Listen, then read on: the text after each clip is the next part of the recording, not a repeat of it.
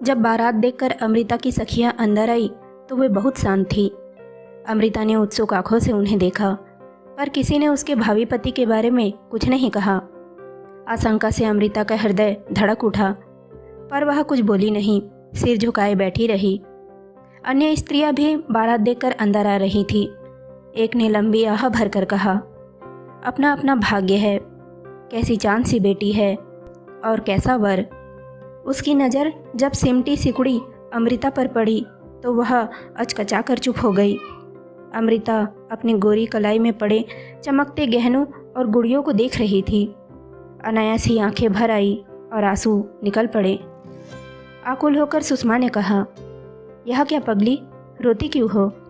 सभी कुछ तो मिला है तुझे।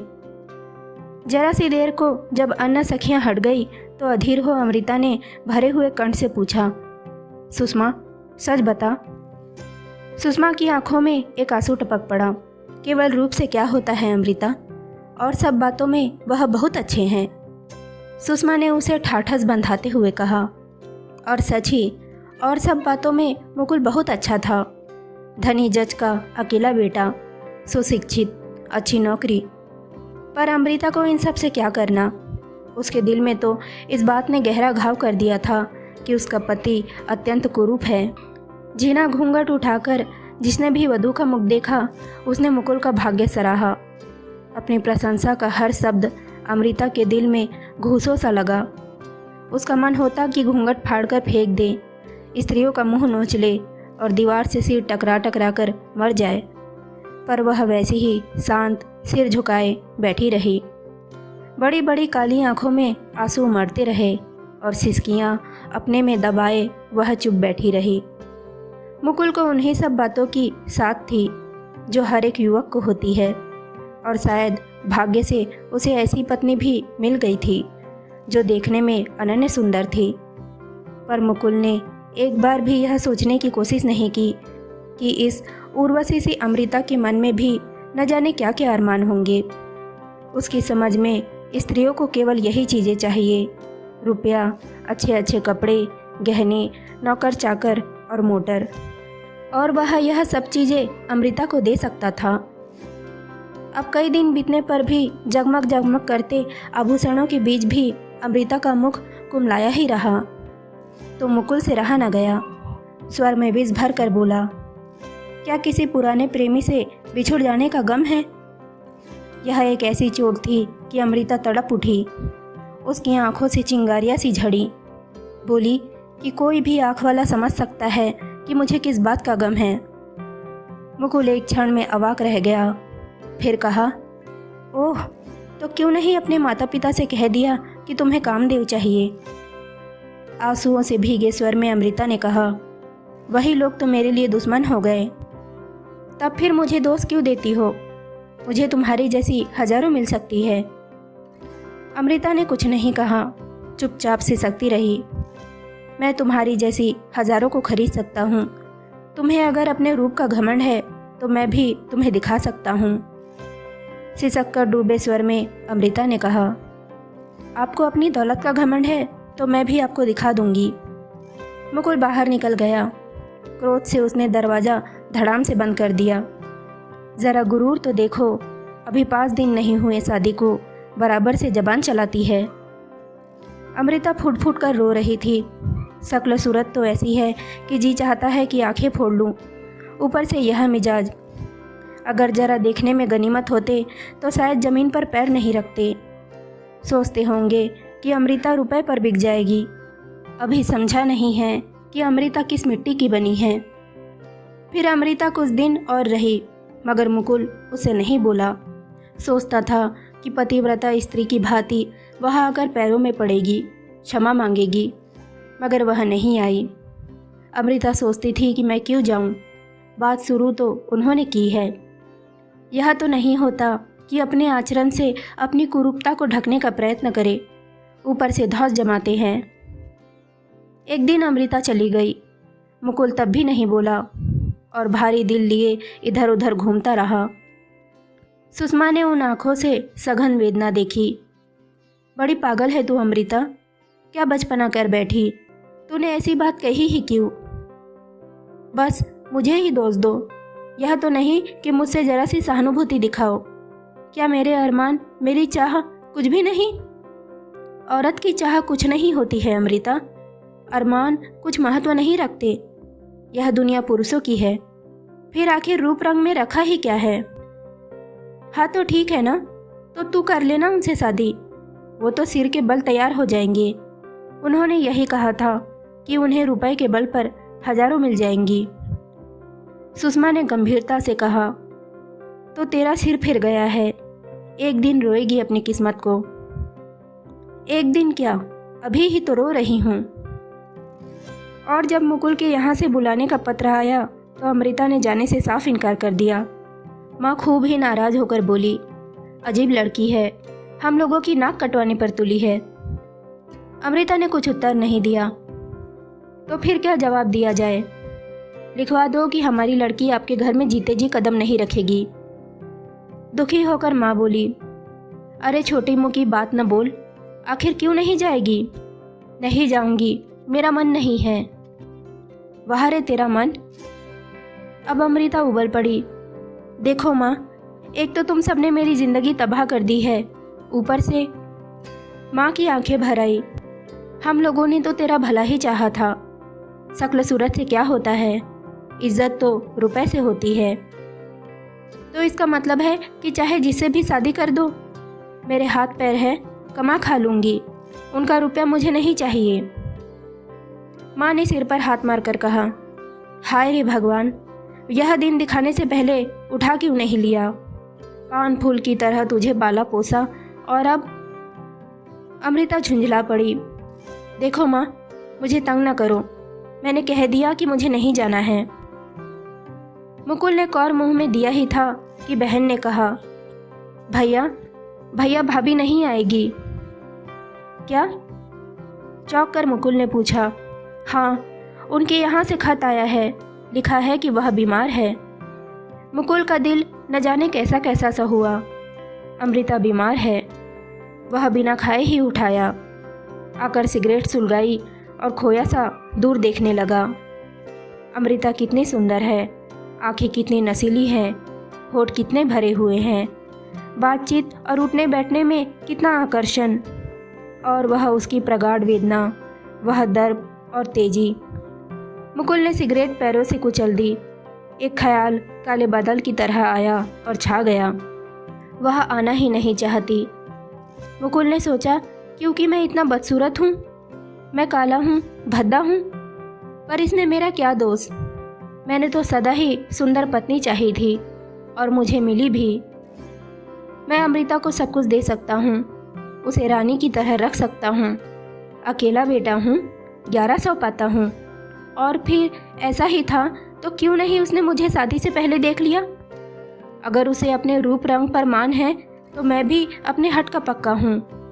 झुकेगी तो अमृता। वह नारी है, पत्नी है, और मैं पति हूँ। पर मुकुल अमृता को नहीं जानता था। बार बार मुकुल के पिता ने बुलाया, पर अमृता नहीं आई। हार कर वे लोग चुप हो गए। मुकुल बार बार उसे पत्र लिखने की सोचता, मगर न जाने क्या उसे रोक देता था। शायद अपने पुरुष होने का अभिमान। दिन बीतते गए। अमृता को लगा कि वह खोखली हो गई है। एक निरर्थक की भावना उसके मन और प्राणों पर छा गई थी। ऐसा लगता कि वह पथ भूल गई है, अब कभी मंजिल तक नहीं पहुंच पाएगी। कभी अपने विवाह की बात सोचती तो वह दुखद स्वप्न सा लगता। वह सोचती कि काश यह सपना टूट जाए और वह अपने को वही बेफिक्र अमृता पाए। अमृता जिसे अपने समान ही सुंदर पति पाने का अरमान था, पर क्योंकि वह सपना नहीं था इसीलिए टूटा नहीं। वह सत्य था, कटु और कठोर सत्य। अगर कोई सखी नेत्रों में उत्सुकता और स्वर में विदर्भ भरकर पूछती, अरे अमृता, ससुराल कब जाओगी? तो वह स्वर को यथासाध्य और सहज बना कर कहती, पहले पढ़ाई तो ख़त्म कर ले। धीरे धीरे खबर मुकुल के घर वालों तक पहुंच गई कि पढ़ाई का केवल बहाना है, अमृता आना नहीं चाहती। समाचार की पुष्टि करती हुई मुकुल की दूर के रिश्ते की बुआ बोली, ए भाभी, तुम ना जाने क्यों उस पर फिसल गई। आजकल की पढ़ी लिखी लड़कियां ऐसी ही होती हैं। खैर, अब भी क्या बिगड़ा है, मुकुल को हजारों मिल जाएंगी। अरे दूर क्यों जाती हो, मेरी ही देवरानी की चाची की बहन है, देखने में ऐसी कि अप्सरा, कामकाज में होशियार, नाचे वह गाए वह। मुकुल की माँ की आंखें भर आई।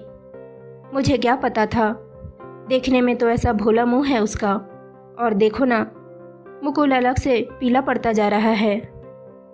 तब फिर क्या है, मैं कहूँगी अपनी देवरानी से। माँ ने जल्दी से कहा, नहीं नहीं, ऐसी बात थोड़ी ही है, पढ़ लेगी तो वापस आ जाएगी। मगर बाद में उन्होंने जितना इस बात पर सोचा उतना ही उपयुक्त लगी। उन्होंने निश्चय किया कि अब अगर अमृता नहीं आई तो जाड़ों में मुकुल की दूसरी शादी कर देंगे। तब तक पहली शादी को काफ़ी दिन हो जाएंगे। और जब उस आखिरी खत का भी जवाब आ गया कि अमृता को पढ़ना बहुत है, इसलिए वह नहीं आ सकेगी, तब साहस करके उन्होंने प्रसंग छेड़ा।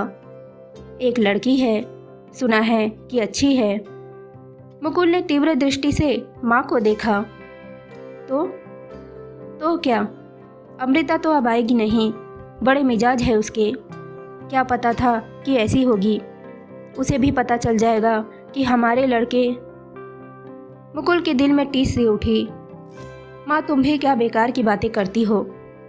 और उसके कहने के ढंग में न जाने क्या था, फिर किसी को कुछ कहने का साहस न हुआ। जब अमृता के यहाँ सबने सुना कि वे लोग दूसरी शादी करना चाहते हैं तो सन्न रह गए। अमृता के हट का यह परिणाम होगा, उन्होंने नहीं सोचा था। सबने उसे डांटा, समझाया, फुसलाया, पर वह अपनी बात पर अटल रही।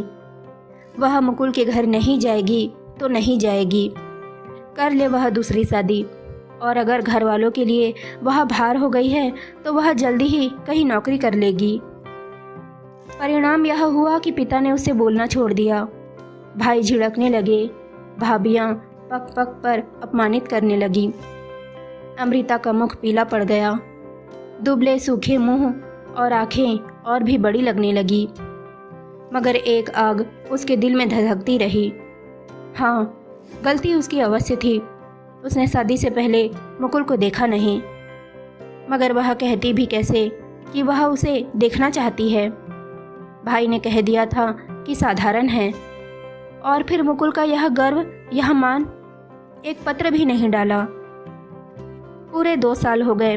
अगर मुकुल झुकता तो वह उसे स्वीकार कर लेती, पर स्वयं झुकना उसे सहनीय नहीं था। इस दृढ़ निश्चय से उसे एक आभासी दे दी थी। परीक्षा के बाद उसने नौकरी कर ली और सबसे दूर पूना चली गई।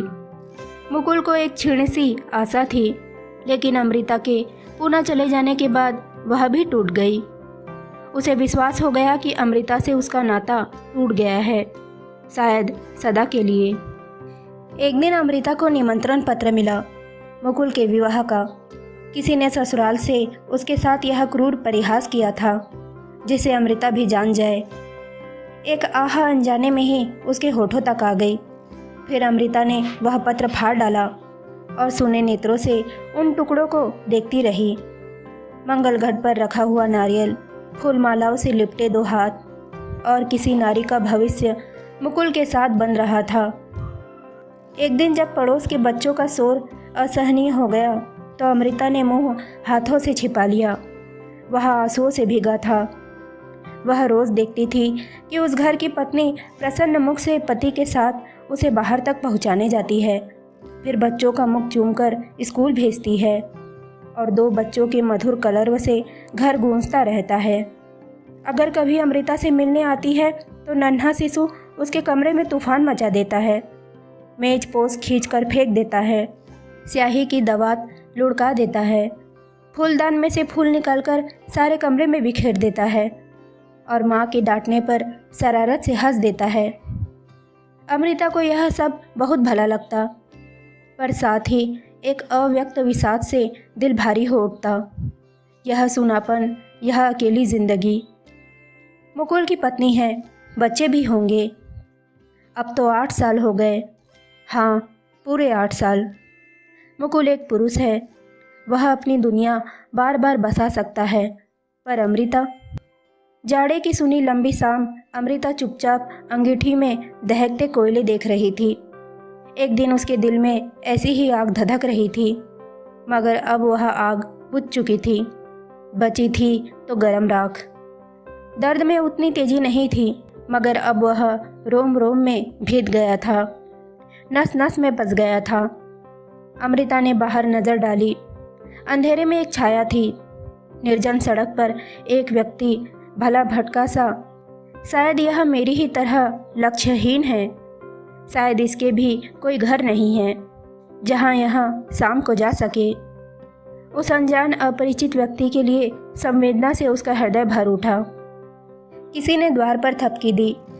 अमृता ने द्वार खोल दिया और विस्मय से पीछे हट गई। आगंतुक बिजली के नीचे आया। आप? वह वैसे ही चीख पड़ी। हाँ, मैं ही हूँ, व्यथा से बोझिल स्वर में मुकुल बोला, और उसने एक नन्हे से शिशु को सावधानी से आराम कुर्सी पर लिटा दिया, जिसे वह अपने ओवरकोट से ढके हुए था। अमृता अवाक देख रही थी। अमृता, मेरी पत्नी मर चुकी है। उसके मरने से मेरे लिए कुछ अंतर नहीं।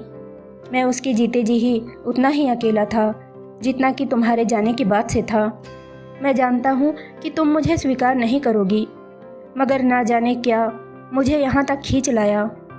एक हल्की सी आशा। अमृता एकटक उसे देख रही थी। 8 सालों में वह बहुत बदल गया था। बरसों का बीमार सा, टूटा टूटा, खोया खोया, उदास और बेहद अकेला। उसके दर्द ने एक स्निग्ध और अलौकिक आकर्षण दे दिया था, जिसे अमृता की ही आंखें देख सकी। शिशु रोया और अमृता ने झपटकर उसे उठा लिया, कंधे से लगाया और धीरे धीरे थपकने लगी। दिल में न जाने कैसा सा लगा कि आंसू से निकल पड़े।